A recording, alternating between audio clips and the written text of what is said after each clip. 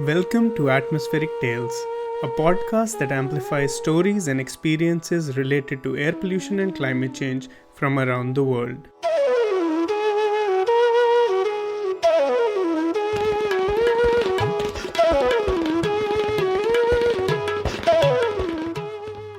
I'm your host Azad Ghani, and welcome to another episode of Atmospheric Tales.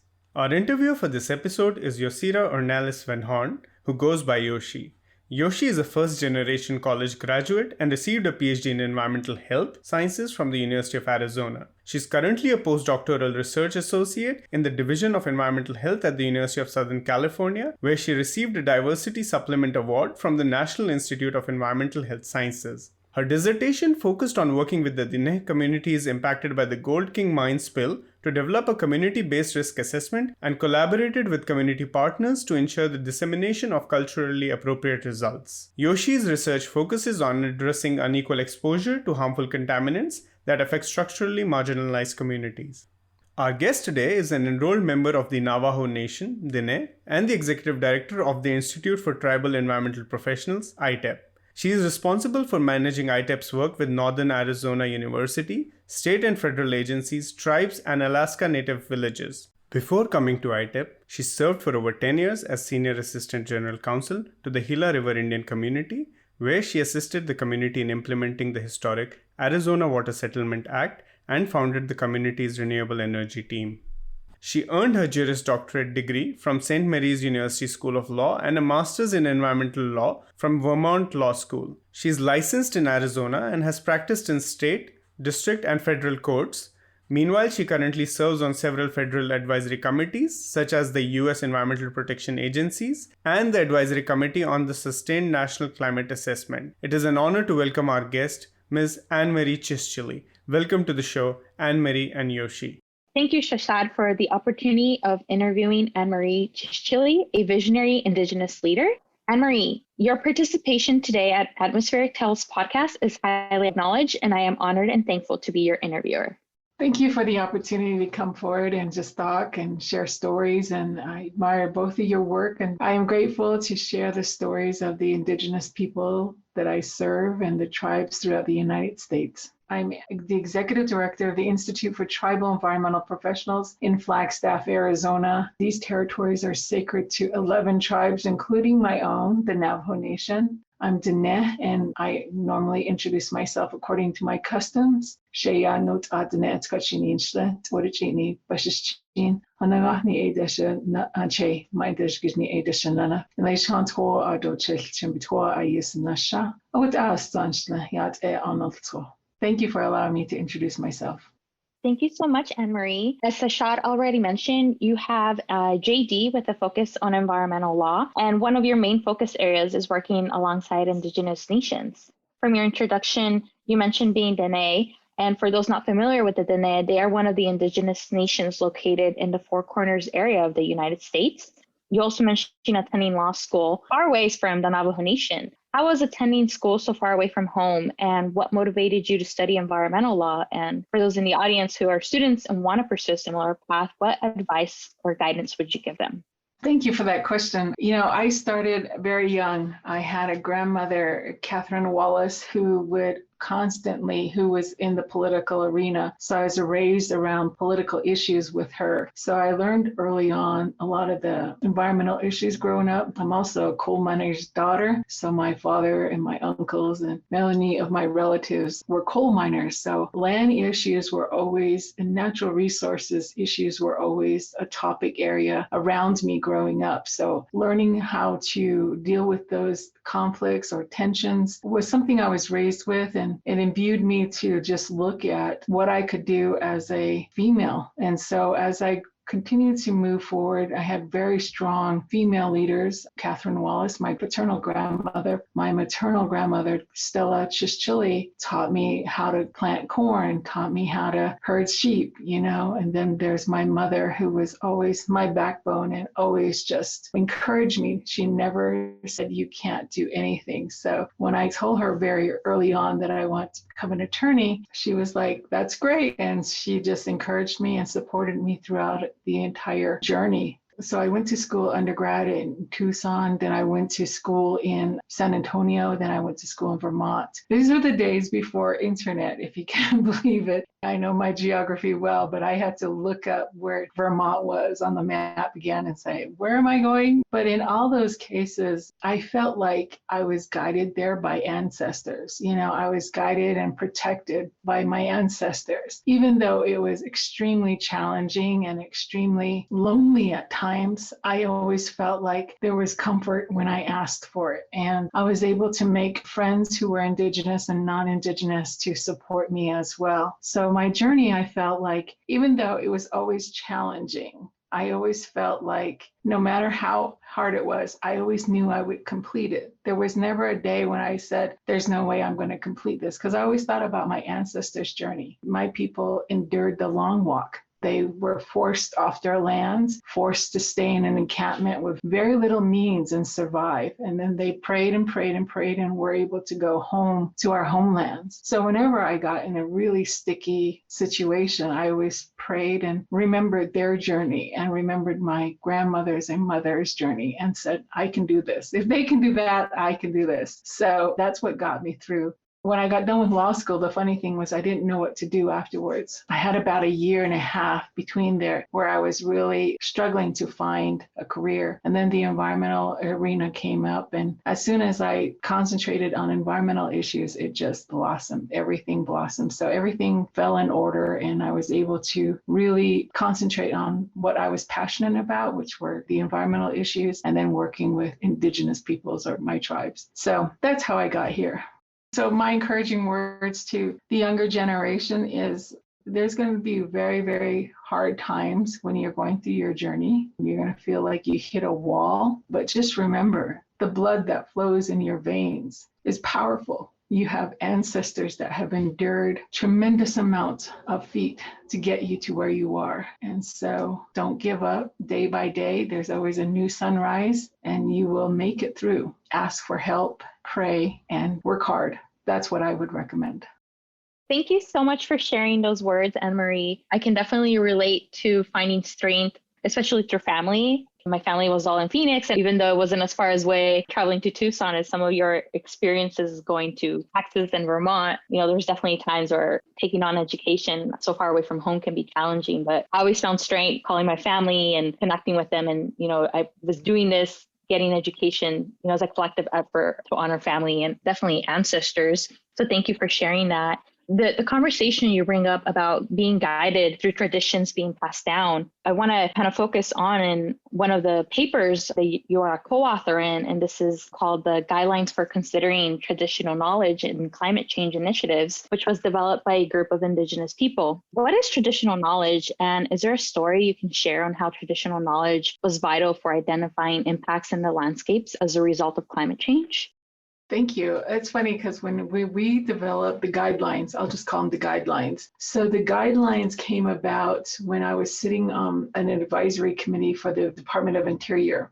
Dr. Gary Morishima and I from the Quinault Nation recognized that these scientists didn't understand what traditional knowledges was. So we decided to develop a subgroup. And so when we did that, that's when we brought in all the other authors. And it was amazing because we worked with about 20 Indigenous leaders throughout the country. This was early on. This was 2014, 2015. And so we really wanted the scientists to be able to understand what traditional knowledges were, because a lot of times tribes were not being funded because they wanted to use TKs, traditional knowledges, instead of the Western science, or a combination of both. And they weren't being funded because of that. And so we wanted that to end. And so we developed these guidelines to help everyone understand what they were and to allow tribes to continue to get funding. So for me, traditional knowledge is that there's no particular definition. There's not a bright line rule, if you will, but there are guidances that you think about when you're thinking about traditional knowledges. So they have to be valuable, significant,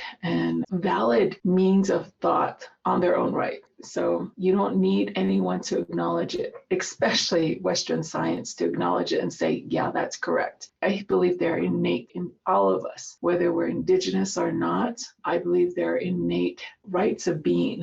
They're methods that you define, you value, you validate, your own knowledge. So these come from, your ancestors who passed them down all the way to you. And many times people think that they're these empirical knowledges, but it could be recipes, it could be songs, it could be a lullaby that has passed down. So for me, I always do a little exercise with students that I'm teaching, and then I have them define it, because for me, once you define it in your own terms, no one can change that definition, because they're your traditional knowledge. That is your knowledge, and it's your right to keep it. So I always say, now that you defined it, especially for tribes, once you define it, don't let anyone change your definition. Don't let anyone say, no, that's not really right.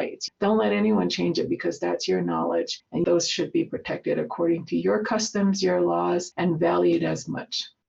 Thank you. I think hearing your words, it speaks to the power of our lived experiences. And, oftentimes with Western science, we don't really have ways to measure either how things impact us for the good or impact us in a bad way. And so I think this speaks to that we can't always measure everything, but we know it's there, and we carry it with us. I was wondering if you had a story that you could tell us about, maybe with one of the communities you work with, of how they use traditional knowledge to identify their impacts in their landscapes as a result of climate change.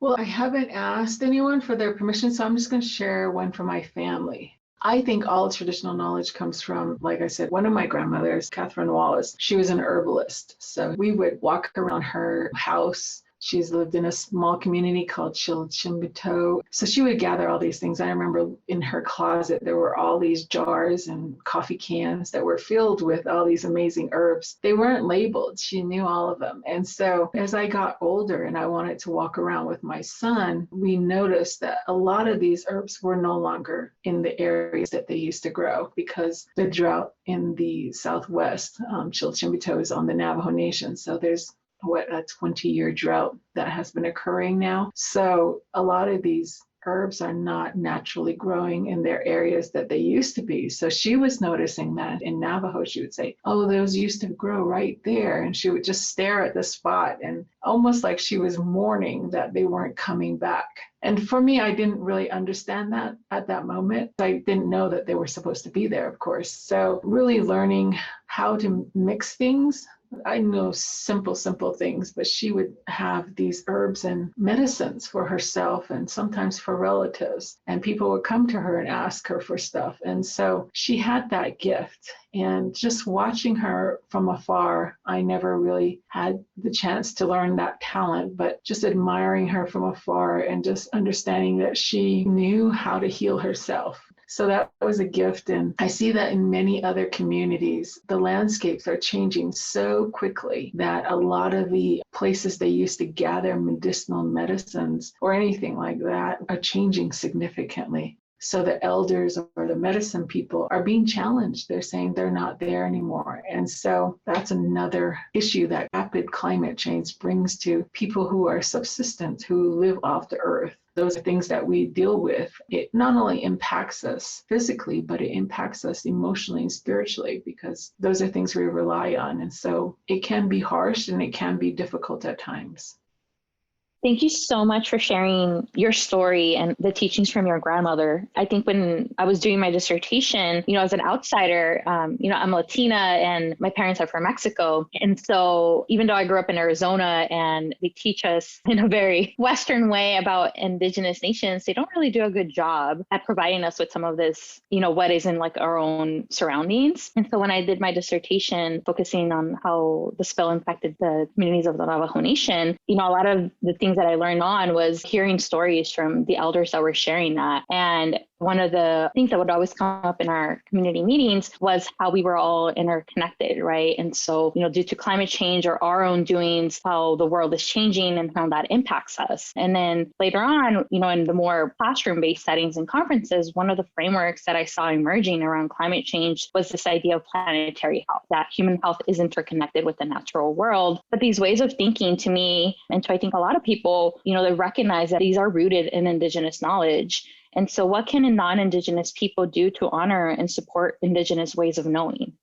That's a great question. In the guidelines that I spoke about, there's a way to engage with tribal or indigenous peoples, and you have to be very careful, especially when you're dealing with traditional knowledges. So in the guidelines, they have principles that we work through to make sure each side understands the protocols, one, to understand when and how to talk about different things and how to protect the knowledges. Understand that if one side says no, you leave it at no, you don't go any further. So there's a respect there. So the guidelines really work through how you partner respectfully so that you are not overstepping each other's boundaries. Because when you're going into traditional knowledge sharing, that's when it gets really, really critical about how protective you must be. As far as what you can share from one another, I think one of the things that I always teach and I believe in sincerely is that for 500 plus years, the tribes in the United States, the indigenous peoples in the United States have been enduring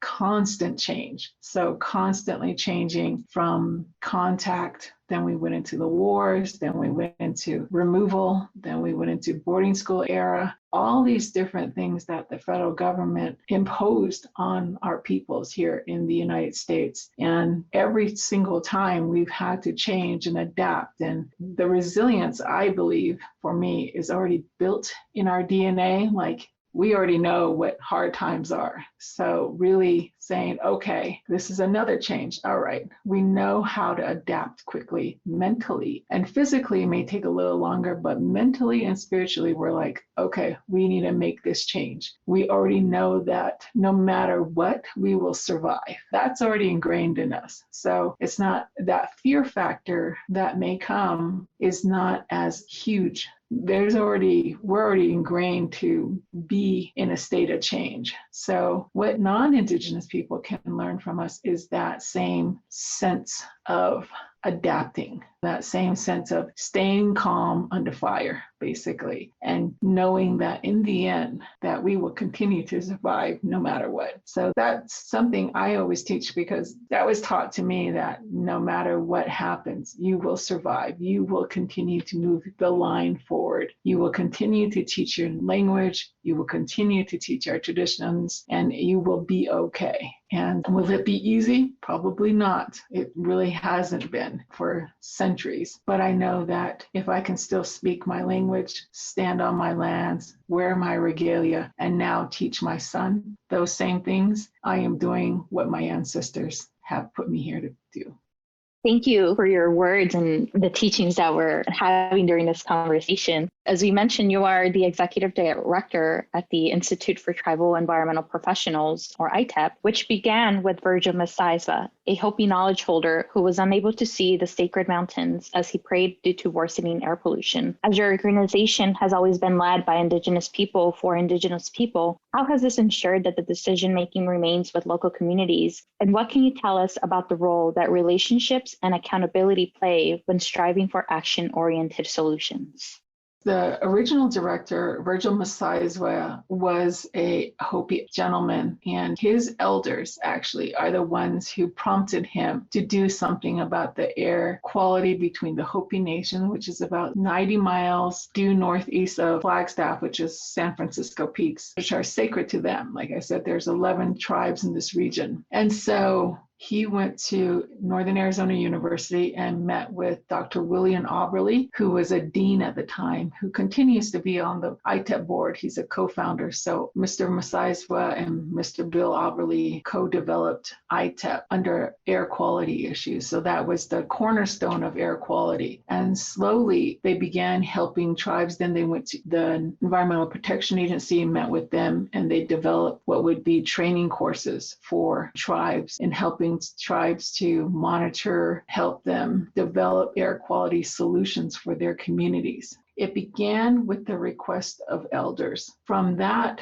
the second director, the late Cal Sisiwa, who's from Zuni Nation, he brought in the element of students. So both of those gentlemen really paved the way to building ITEP into the program it is today. But the key factor, and it's one of our values at ITEP, is to listen to tribes. You have to listen to what they need in order to continue to build your program. programs. So in every course, and we have around 100 courses a year, we have 4 conferences a year. There's so many things that we put out. We always evaluate how the participants from all over the country, how they liked the course, what they didn't like about the course. And then we also meet with tribal partnerships. I come from a law background, so I really wanted to work on policy issues. So we began working with the tribal partnership groups. These are your National Tribal Water Council and National Tribal Air Association. And now we oversee 5, I think, of the 8 tribal partnership groups. And these are your top environmental professionals who sit on these partnership groups and advise the EPA. So with them as well, we ask them, how can we serve you better? They evaluate everything that we do to serve them better. So again, it's that constant listening of saying, okay, what do we need to do in 5 years? What do we need to do in 10 years? What's on the ground important today? How do we shift everything? So it comes from a serving heart. You know, you have to adjust as the tribes need us to adjust.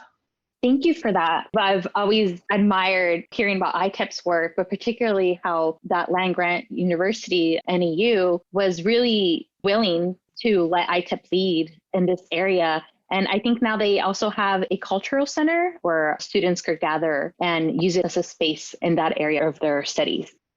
Yeah, Northern Arizona University, it was about 10 years ago when they constructed the Native American Culture Center on campus. It's it's almost like a museum. It's stunning. It sits in the Office of Native American Initiatives, and ITEP sits under ONA, Office of Native American Initiatives. So we have, and we continue to, in pre-COVID days, host a lot of our courses at the Culture Center or a lot of our events at the Culture Center. So as they call it, it's a home away from home. It's where everyone gathers for cultural events, food, see each other. And it's important because when you leave your home as a college student, you want somewhere to call home and to see everyone. So it combines a lot of different cultures there. So it's a beautiful space.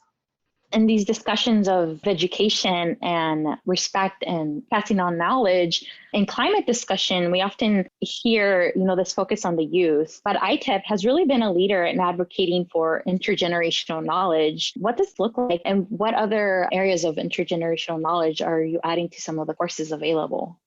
So for the last 23 years, one of my managers, Mansell Nielsen, has really led the effort to incorporate and train and inspire the youth to get involved with STEM, your science, technology, engineering, and mathematics topic areas. And it was really around air quality, but it expanded because he was a teacher on a reservation school in Tuba City. And so he noticed that hands-on efforts work the best with Native students. And so he then incorporated the mostly Native students at Northern Arizona University, the college students. We would hire them, then he would train them, then he would take them into Native schools, and then he would give a course on some STEM-related topic. For me, this would have been amazing because I never saw anyone in college other than my siblings before I went to college. For a young Native American youth on their reservation to see a college student come in and teach them and to inspire them in one of these related fields. The only thing they need to say is, they can do it, I can do it. That's the whole motto. Whatever you decide to major in, just get them to that point would be amazing. And so we are doing from kindergarten all the way to college. We hire students to work with us in all of our programs, and we have an internship program to really get them ready to go out into the professional world. So, this program has grown for the youth over the years, and we're really excited about it. I think before the pandemic, we served 22,000 Native students in 2019. So we get out there and we really work with the students. When we started doing the intergenerational work is when we started some of our conferences. We started inviting elders and we started inviting the youth to prepare for their own track in a conference. Take, for example, 2020, the National Tribal and Indigenous Climate Conference. There was a track just for the youth and for the elders. None of us midlifers could be in there with them. And they did whatever they wanted. And it became one of the best tracks because it was just the youth and the elders speaking to one another, asking one another questions, laughing about different things, mostly technology. And so it was really inspirational just to let them have that space together. And we've learned from that, and we've continue to do that. We have a conference coming up on air quality, and we've done the same thing. Our conference is celebration of 50 years of the Clean Air Act and also the traditional knowledges that will take us into the future. So it's a combined, it's taking your technical side, your air quality issues, but also really infusing that intergenerational together. Because it's online, we ask for a lot of elders and youth to interview one another or to ask questions of one another and to incorporate that into the conference. So that's really been a move we've listened to and we've really tried to incorporate in mostly all of our trainings. On the training side, we always have an elder come in and hopefully a youth come in as well. So it's both. So it's exciting to see it expand. It's exciting to see what we can do in the future to make stronger alliances between the two. And I always believe you should have a mentor. For me, I have my mentors, but I should always, as a professional, I should always be mentoring someone else. So it's a triangle. You should always be mentoring one another and being mentored yourself. So when I don't have a mentee, I start looking for people. I'm like, hey, you, whether you want me to mentor you or not, I will mentor you. So always looking to the past and always planning for the future is an important part of ITEP and my own personal motto. I've definitely learned a lot from what you were talking about, some of the peer or student to student mentee roles that we play. And yeah, some of my favorite experiences have been being able to mentor students that, are from a similar background or want to do some of this type of work in environmental justice and climate change and working alongside. I've always said, as you talked about, that I've probably learned just as much as they do for me. And zoning into some of the technology, with some of these new apps that have come out, really seeing some of them talking about, teachings by grandma and teachings by grandpa. I really love those types of technology out there because it really gets at, us spending time with our elders and learning from them, but them also learning what is this new app? What is this? What is that? And I think that's probably a very beautiful way of learning, right? This hands-on method that ITEP has been such a great leader in. Particularly with ITEP, you've worked with, I think this percentage is probably higher now, but you worked with over 95% of the 573 tribes and Alaskan Native villages nationwide. What are some of the unique challenges that Indigenous nations face dealing with air pollution? And can you tell us how your American Indian Air Quality Training Program has been a leader in building capacity within tribes for their own air quality management?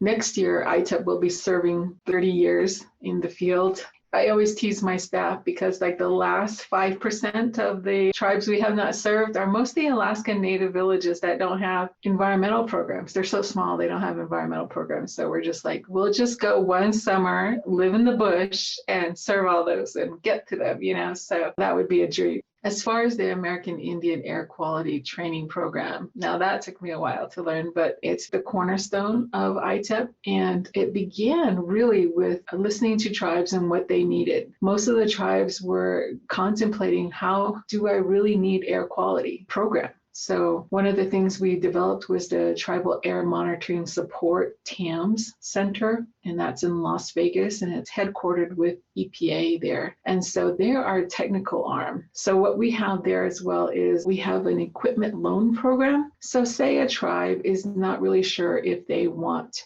to develop a full-blown air quality program. They don't know if they have any problems. So they'll borrow monitoring equipment. We will train them. We will help troubleshoot them. We will go into the field and give them professional assistance to monitor. And then we have our data side, because you generate a lot of data once you start monitoring. How do you develop a QAP, quality assurance plan? How do you load it into the national system? So once you decide to start at a program, so there's all these steps. Because most tribes, they're rural. Unless there's a visible source, they don't know if they have problems. Or unless you're living by a municipality, like in Phoenix, there's, I believe, 4 tribes that live right around the Phoenix metropolitan area. So you have to monitor because air quality, there's no boundaries to them. So a lot of tribes were in that phase of, do I really need to monitor? And so we help them get online. Then we help them get the equipment. We train them. Then we help develop their data processes.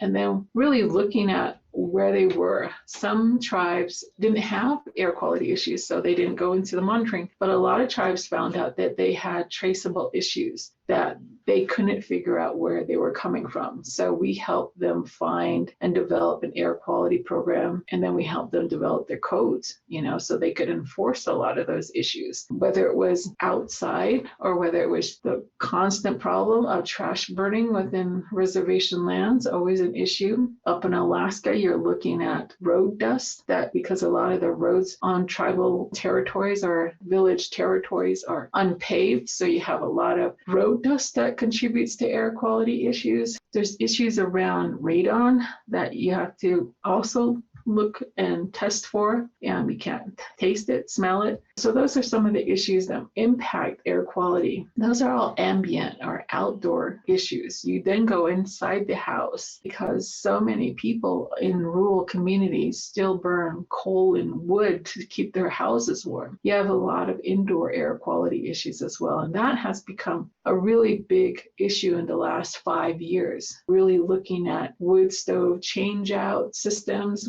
that the federal government is assisting with and how that impacts tribes, and really trying to teach, especially in the age of COVID, to circulate your air, to get clean air in your house. What are some of the chemicals you shouldn't be using in the house? What are some of the other issues that really contribute to air quality? Smoking in the house. So those are all things that tribes deal with up in Alaska because it's so cold. Getting fresh air in the house, circulating the air to allow fresh air in the house. It's a huge issue. Up there, mold is a big issue. In more wetter regions of the United States, tribes deal with those as well. So you name the element, and because we work from Barrow, Alaska to Maine to California to Florida, we're dealing with all the different issues. And so the team at ITEP has to really grow their expertise in order to help. And the EPA and tribal professionals from all over these regions really step up to help us. And we work collaboratively with them so that we understand when we go to Alaska, these are the issues we're going to address. And we really build a course around it, and we build a mentorship around it. So a 3 or 4 day course will allow the young, fresh, brand new employee to be partnered with a seasoned tribal professional. So they're in the same region, they're dealing with the same issues. They can mentor one another, help one another. Those are a lot of the air quality issues that we're dealing with nationally. And so it's been an honor to look and work with not only the federal agencies, but also the tribal professionals who we also ask to help with our training courses. Thank you. And really, what an amazing program, ITEP, right? This true collaborative partnership, and not only looking at the culturally respectful education component and air quality, but also these policy changes that are needed to reduce that air quality. I remember when I attended the 2018 Tribal Lands and Environment Forum, which is one of the conferences put on by ITEP, I remember not seeing the sun, right? Which gets at what you were talking about, the visibility of air pollution. And I remember it was in Spokane, right? And there was all these wildfires affecting the area. Now it seems, or at least I've noticed that these seem to have become more prevalent. Has the number of tribes requesting research and assistance in this area increased? And what does that process look like for tribes wishing to partner with ITEP? Thank you for bringing that up. Yes, Spokane, I think there were 17 fires around the Spokane region during that conference, and it was literally brown the whole week. And instead of being outside, what we normally used to do, we are all in the conference center trying to breathe clean air. But tribes have really stepped up to look at forest management and forest fires and using it almost, some say, as a medicine, because the overgrowth of forest in the last 50 years, the policy management have not allowed tribes to use their traditional knowledge in fire burning. And so those are slowly coming back. I think federal agencies and state agencies are more willing to accept the tribal perspective on how to use fire as a medicine to protect from the huge fires that could happen. So that's one area that we at ITEP have really relied on our tribal partnerships. The Colesville Hill tribe from up north really helped lead. One of the leaders up there, he's really led the way to help train all the other tribes and help also, if there's a fire in the region, really help monitor the air quality and help get people, mostly elders or vulnerable community members, into a safe spot where they have fresh air, clean air until the fire has passed or until the smokes have passed. You're correct. It is becoming more and more prevalent because of the drier regions within the United States. And unfortunately, seeing a lot of those forests decimated, then come the floods, then you have water quality issues, you have everything, and dealing with all those issues and really being at the front lines and asking the tribes, how do we support you? And some of the policy issues that come through are through the tribal partnership groups. These are the National Tribal Air Associations, one of the strongest partnership groups, really speak to the advances that tribes are making in these arenas and areas of air quality and how to protect and how do we use our own knowledge and our own sovereignty to protect our communities.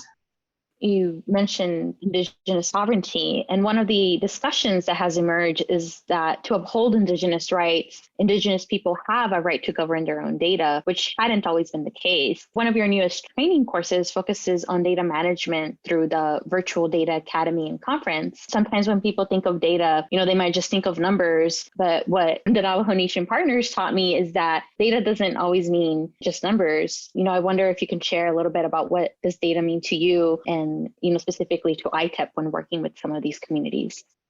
Because we work with so much data, the EPA asked us if we could help with the Tribes and Exchange Network. So any monitoring that you do, that's data. That's data collected, whether you're monitoring your air, your water, your land issues. And then if you want to put them in what are called nodes or the system that collects data on a national level, that's a whole nother process. And then how do you do it with quality assurance, making sure everything's the same and everything's done to an expertise level that's defensible. So those are all issues that's one of our newest partnership groups. It's been in existence for about 5 years, but they're really growing and really being able to train tribes to say, this is our data. We want to protect it in these ways. We want to use our cultural resources and our own laws to protect our data from being exposed or being used in a way we don't want it to be used. Basically, that's what it comes down to. And for me, that goes to another level, another tier of sovereignty. I work with the World Intellectual Property Organization, WIPO, out of the United Nations, and then protecting traditional knowledges. They're developing a new treaty that will deal with traditional knowledges and to deal with those types of systems. It can be controversial because how you protect your traditional knowledge or any of your data should be up to the tribe. Intellectual property attorneys from across the world, I went to a workshop there, were questioning me on why we should not infuse or give all the information from tribes to these data banks to protect them. And I said, for centuries, from time immemorial, my people have taught me how to protect traditional knowledges. Let's talk about that. And they said, how? And I said, I work with medicine people. I work with the Dinehatati Association. And I know I'm not supposed to be in the room. That's just trained. That's just innate in me when they're talking about things that I'm not supposed to know about. And I said, if there were any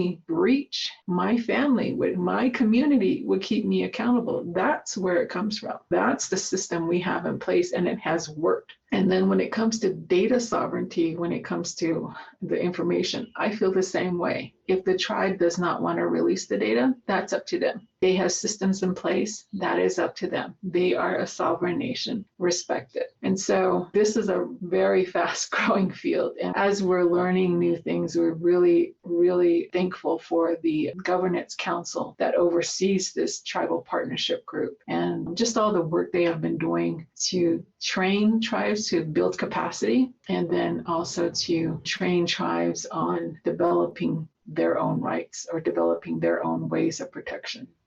Often when I've had invites to talk about some of my dissertation work, people are surprised that I tell them I will have to get back to them because I have to first seek permission from the Navajo Nation Human Research Review Board, who are the ones that oversee studies dealing with humans on the Navajo Nation, and having to explain to them that this might be the area I'm working for as a researcher, but these stories don't belong to me. And always remembering that and respecting that, I think, is something that needs to be told out there to more Western science thinkers, researchers that don't necessarily have these teachings in them. Yeah, that was a huge teaching point with the climate change adaptation plans, because climate change is holistic thinking instead of water quality, air quality, land issues. It's holistic thinking. You're thinking about the entire thing. They would want to include spiritual aspects, prayers, songs, sacred sites. And one of the things we had to really train them on is just how do you protect those types of knowledges when you're being federally funded? When you have a deliverable to turn in your adaptation plan, how do you protect those? It's constantly coming up. And that's why I really work with intellectual property attorneys and what's the latest that we can do to protect in a way that will be respectful to tribes, but also not expose them. I know we're getting towards the end of this podcast and kind of bringing it back to remembering the past and looking forward to the future. When it comes to achieving climate justice, what policies or processes do you see are needed to help move us forward? For me, environmental justice has always been about equity, looking at where there's equity. In the climate arena, you look at national climate assessments. These are the official reports that go to Congress. And I've been saying this over and over again. So if you're out there listening to this again, this is what I say a lot. You look at National Climate Assessment 3 and 4. If you look in the chapters and you look down, it started in 3, and they come out every 4 years. And so you look in National Climate Assessment 3, and you look down, I think it was chapter 12, it says tribes and indigenous peoples. And you look at all the other chapters, and there's no other race that is mentioned in that assessment. And then in that assessment, it says that tribes and indigenous peoples are disproportionately impacted by climate change impacts because we live a subsistence lifestyle. That's the summary of what it's saying. And so I say, okay, now we're on the map. Now someone is telling, all your scientists in the United States are telling you that tribes are at the front lines and being disproportionately impacted. And if you take the amount of funding that goes to tribes, 574 nations, and you look at the other chapters and how they're funding those chapters, there's a disproportionate inequity there. And I always bring that up because I just feel like tribes who have over 370 treaties throughout the United States signed as sovereign nations, they should receive more services. They should receive more help from our federal and state governments because, one, you've already said we're impacted, and two, we have treaties and executive orders and all the other agreements. Every parcel of land that's in the United States was once stewarded by an indigenous people then coming a tribe. So there are some rights there that on an equity base need to be looked at and need to be respected. I worked with the Northwest tribes on what's called the Climate Action Plan. A lot of us in the field, about 40 of us, got together in the fall and developed a climate action plan, preparing for a new administration should it come. And so this climate action plan lays out 12 pillars of what the federal government can do to help tribes in this arena. And one of the things we asked for, and what was happening under the Obama administration, was they had a task force that had all the leads in the federal cabinets that would deal specifically with tribes and climate change because the impact was so great. And so we're hoping that this administration resurrects that task force and really pushes forward to helping tribes in this arena, because we are on the front lines and we are resilient, but we do need support. Hopefully for those that listen, they definitely take your words in their own work and remember to listen to Indigenous people, because in my opinion, you have and will always be leaders. And as non-Indigenous people, definitely need to take a step back and let you lead. We may not be the loudest voice in the room, but we do listen and we do bring a lot of knowledge that can be shared. And I believe it's open to be shared as long as people are respectful and use it in a good way.